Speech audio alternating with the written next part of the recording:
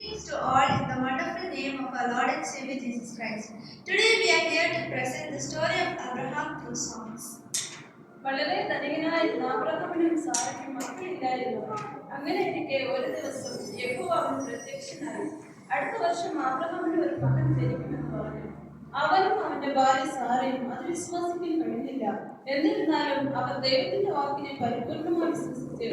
തന്റെ കുടുംബത്തെ നിലനിർത്തുവാൻ ആരുമില്ല എന്നോർത്ത് പലപ്പോഴും നെടുവേർപ്പെടുത്തുന്ന അബ്രഹാമിന് ഈ വാഗ്ദത്തം കേട്ടപ്പോൾ വലിയ സന്തോഷമായിരുന്നു. അവൻ ദൈവവുമായി ഒന്നുകൂടി അടുത്ത് അവൻ ഇങ്ങനെ പാടി: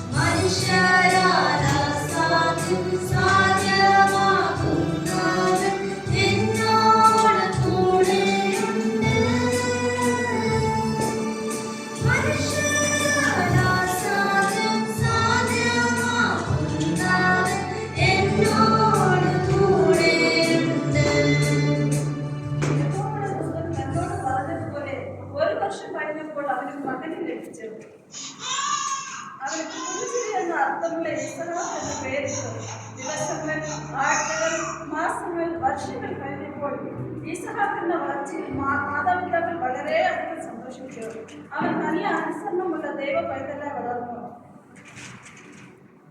അബ്രഹാം ദൈവത്തോട് വളരെയധികം അടുത്ത്. അവൻ ദൈവത്തോട് അടുത്തപ്പോൾ അവൻ പാടുന്നുണ്ടായിരുന്നു: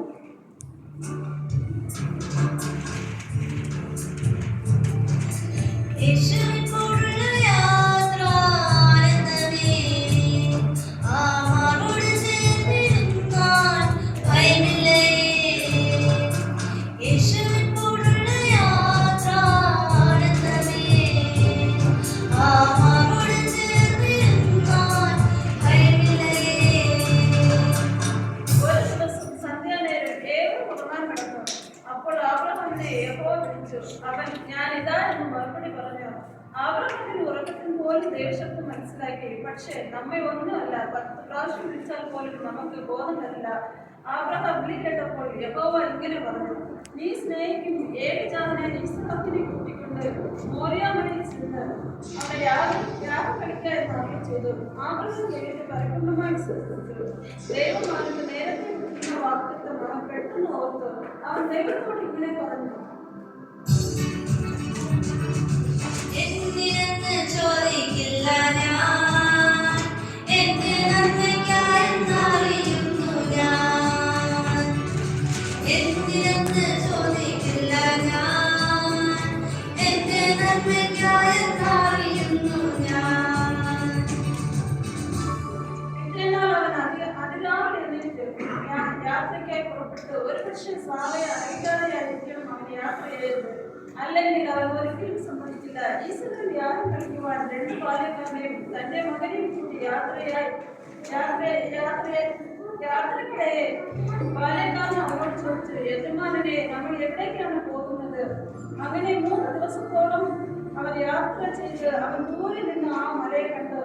അബ്രഹാം ബാല്യക്കാരനോട്: നിങ്ങൾ ഇവിടെ ഇരിപ്പിൻ, ഞാനും ബാലനുമായ ആരാധന കഴിഞ്ഞ് മടങ്ങി വരാം. പല ചിന്തകൾ അവനിൽ വന്നു കാണും. എങ്കിലും അബ്രഹാം പതറിയില്ല. അവൻ വളരെ ധൈര്യമായിരുന്നു. കാരണം അവനറിയാം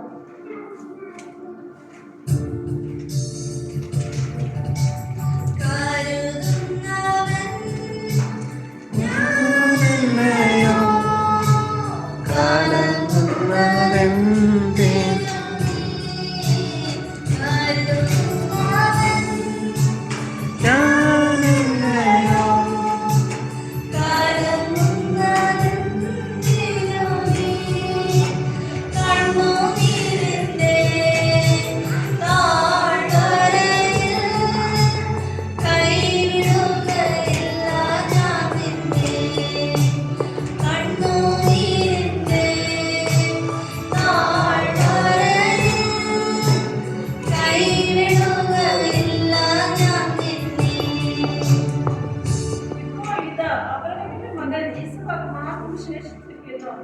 ഈസക പല ചോദ്യങ്ങൾ ചോദിച്ചു കാണും. സാധാരണ ഒരു യാഗത്തിന് പോകുമ്പോൾ അവിടെ യാഗവസ്തു ഉണ്ടായിരിക്കും. യാഗമൃഗത്തിന്റെ സാന്നിധ്യം അവൻ ചിന്തിച്ച് കാണും. അവൻ തന്റെ പിതാവിനോട് ഇങ്ങനെ ചോദിച്ചു, അപ്പാ, തീയും വിറകുമുണ്ട്, പിന്നെ യാഗത്തിനായുള്ള മൃഗം എവിടെ? അപ്പോ അബ്രഹാമിന്റെ ഹൃദയം അമർന്നു. എന്ത് ഉത്തരം പറയണമെന്ന് ചിന്തിച്ചു കാണും. അവൻ കൊടുത്ത മറുപടി ഇതായിരുന്നു: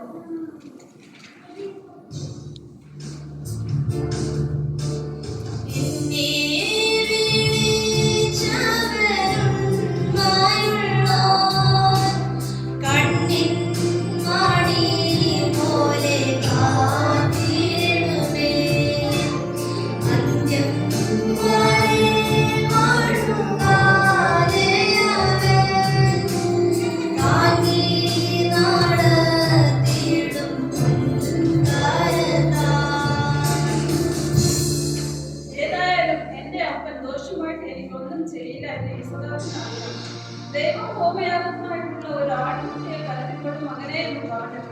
അങ്ങനെ അബ്രഹാമും മകൻ ഈസഹാക്കും ദൈവം കൽപ്പിച്ച സ്ഥലത്ത് ചെന്നെത്തി. അവൻ യാഗപീഠം പണിഞ്ഞു. ഈസഹാക്കും സഹായിച്ചു കാണും. പിന്നെ അതിന്മേൽ വിറകടുക്കി അബ്രഹാം തന്റെ മകനെ കൈക്ക് പിടിച്ച് അനുസരണയോട് അവൻ യാഗോട് പറയാതെ തന്റെ പിതാവിനോട് കൈനീട്ടി കൊടുത്തു. അവന്റെ കൈയെ കൂട്ടിക്കെട്ടി. കാര്യം മനസ്സിലായ മകൻ ഒന്നും മറന്നു പറയാതെ സ്വർഗത്തിലേക്ക് നോക്കി. അബ്രഹാമിന്റെ മനസ്സിൽ ഇളകി മറിയാൻ തുടങ്ങി. അവർ പാടിയതില്ലായിരുന്നു: ദോഷമായിതൊന്നുമില്ല എന്റെ ദാനം ചെയ്യുകയില്ല. ദോഷമായിതൊന്നുമില്ല എന്റെ ദാനം ചെയ്യുകയില്ല. എന്നെ അവൻ കരുതിടും.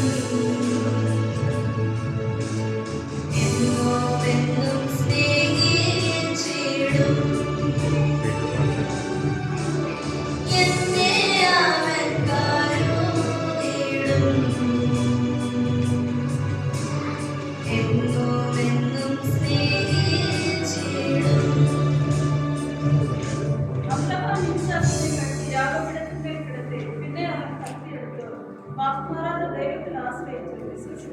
തന്റെ മകന് നേരായി കത്തിയെടുത്തു. ഇങ്ങനെ പറഞ്ഞു: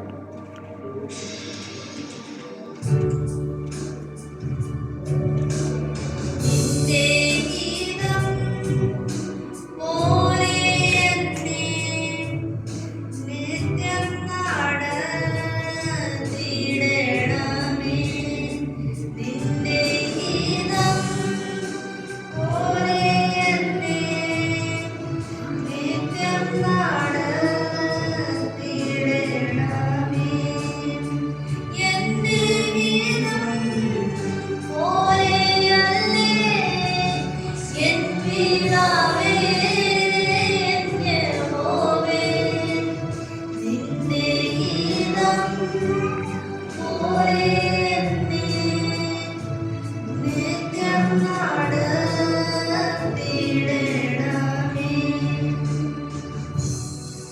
ഉടനെ യഹോവയുടെ ദൂതൻ ആകാശത്തിൽ നിന്ന് അബ്രഹാമേ, അബ്രഹാമേ എന്ന് വിളിച്ചു.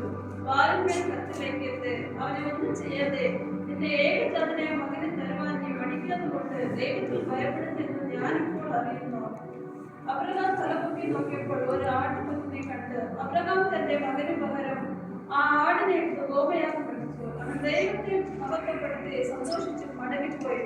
അവൻ ദൈവത്തിന്റെ വാഗ്ദത്തത്തെ സ്നേഹത്തിലും ഓർത്ത് സ്തുതിച്ച് പാടിയതില്ലായിരുന്നു: ദേവസ്നേഹം വർണ്ണിച്ചിടാൻ വാക്കുകൾ പോരാ. നന്ദി ചൊല്ലിക്കുവാനീ ജീവിതം പോരാ. ദൈവസ്നേഹം വർണ്ണിച്ചിടാൻ വാക്കുകൾ പോരാ. നന്ദി ചൊല്ലിട്ട് തേടുവാനീ ജീവിതം പോരാ. ഇതായിരുന്നു അബ്രഹാം അബ്രഹാമിന്റെ വിശ്വാസ ജീവിതം. അവൻ ദൈവത്തിൽ വിശ്വസിച്ച് അനുസരണയോട് ജീവിച്ച് വാഗ്ദത്തം ചെയ്യപ്പെട്ട നിത്യരാജ്യത്തെ സുഖം നാമവിശ്വാസത്തിനായി പോരാടി ചെയ്തു. അനുസരിക്കുന്നത് യാഗത്തേക്കാൾ ശ്രദ്ധിക്കുന്നത് കൊണ്ടാടുകളുടെ മേധസ്സിനേക്കാൾ നല്ലതെന്ന് ഓർമ്മിച്ചുകൊണ്ട് ഈ കഥയ്ക്ക് വിരാമം കുറിക്കുന്നു.